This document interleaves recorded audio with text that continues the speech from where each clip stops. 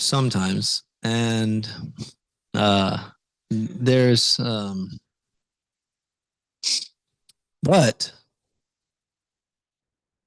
practically speaking, the the the discretion is as if it was happening in the streets because it's happening on everyone's phones, right? And actually, I was speaking with Cooper the other day that it's an epidemic actually that such promiscuity is uh, practically uh, daily consumption. I'm daily consuming content, which is actually conditioning me to normalize this type of overt promiscuity and sexuality, you know? And actually, I was speaking with His Holiness Donavir Maharaj, and he was saying that he noticed there was a specific, um, there's specific uh, socialization of the general populace which happened over time through media.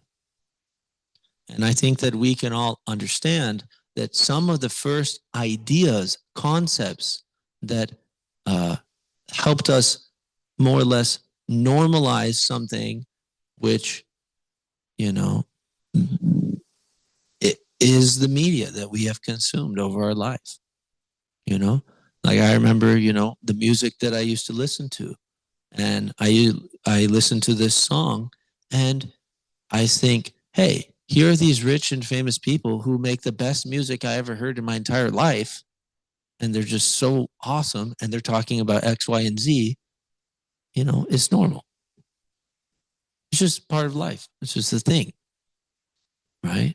And so this is the power of ideas. Ideas are like seeds, and actually books are full of ideas. And they're containers. They're containers. This pastime of Kardamamuni and Devahuti, it has the idea that that marriage and family life is a very sacred thing, which is based on God's pleasure, right? And there is facility for material enjoyment there, but it is actually for the purpose of pleasing God. That's an amazing idea. I never heard of that one, practically. It was kind of there, but not really, We have the modern day churches and things and say, um, you know, death do us part or whatever. And, um, it just, it's not very serious. But when we see, Devahuti, she's such an amazing wife, and Kardamamuni is so soft in heart that he even though he's a great devotee, he's willing to reciprocate with her where she's at spiritually and materially, her desires, to care for her. He's willing to take that duty. So this is very amazing. So Devahuti we'll see what happens in the following verses, how this lake, Bindu Sarovar, right, will actually transform Devahuti. And this idea of taking a bath in the holy places is very important. It's a very, very special opportunity. I highly recommend it.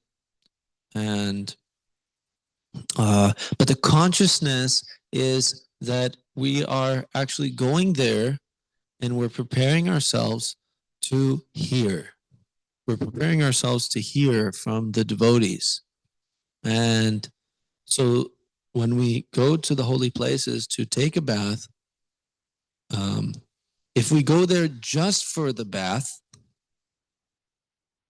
and not to associate with devotees who can become a catalyst in our life, in our heart, then we just made a big trip just to take a bath. We can take one in our backyard or whatever, we can take one in in the bathroom, right? So the idea is to make a pilgrimage of the heart. We travel to the holy places and we actually go there, and we do actually also bathe, in the holy rivers, and it's very amazing.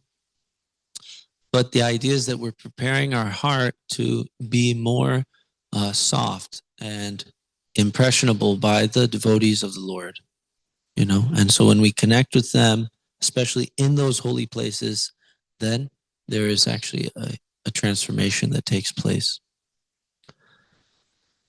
So Devahuti, she was instructed to bathe in Bindu Sarovar, which will satisfy all of her desires.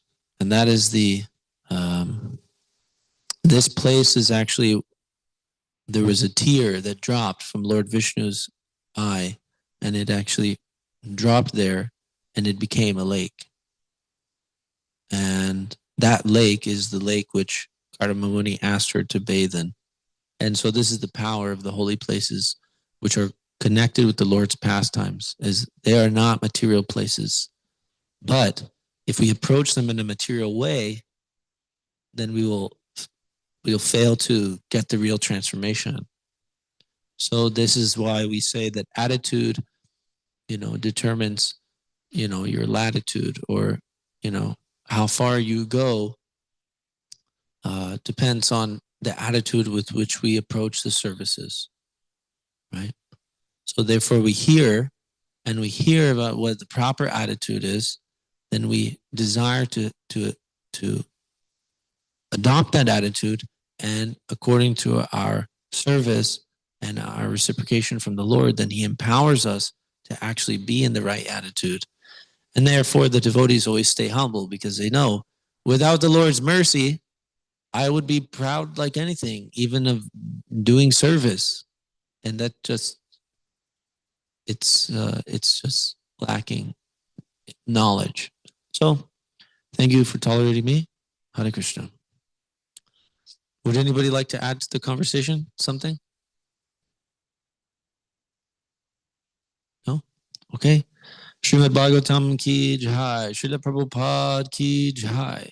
All glories to some devotees.